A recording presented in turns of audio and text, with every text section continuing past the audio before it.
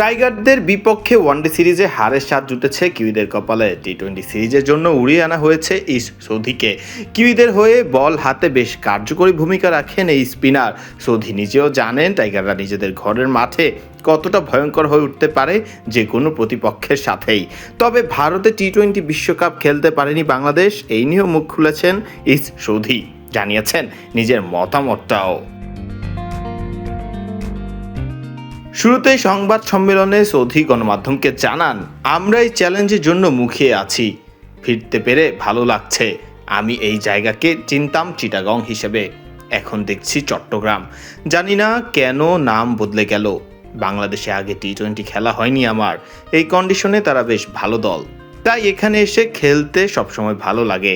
আমাদের দলে নতুন অনেক খেলোয়াড় আছে, তাদের নিয়ে খেলতে নামা নতুন এক অভিজ্ঞতা। নিজের ইনজুরি নিয়েও মুখ খুলেছেন এই কিউই ক্রিকেটার। তিনি জানান, 4-5 সপ্তাহ আগে আমার থাম্বে অস্ত্রোপচার হয়েছে। সার্জনরা দারুণ কাজ করেছে, দ্রুতই সেরে উঠেছি, মাঠে নামতে প্রস্তুত।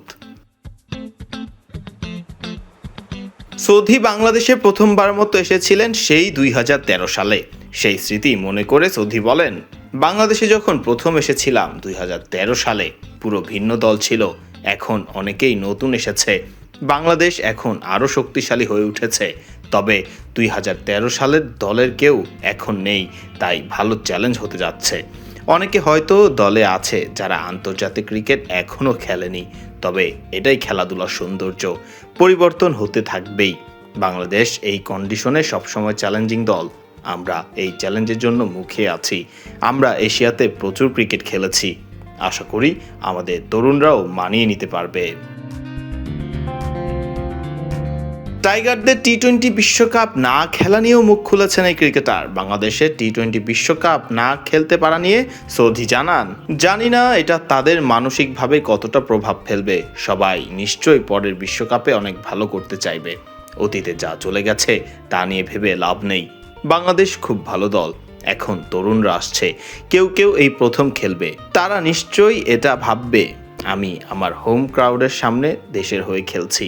টি-20 বিশ্বকাপ 2 বছর পর পর হয়, ব্যাপারটা দারুণ। তাই বিশ্বকাপের জন্য তারা এখনই তৈরি হওয়ার সুযোগ পাবে।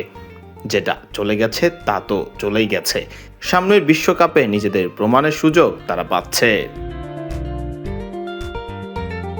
ফারদিন রহমান সকাল, বিডি ক্রিক টাইম।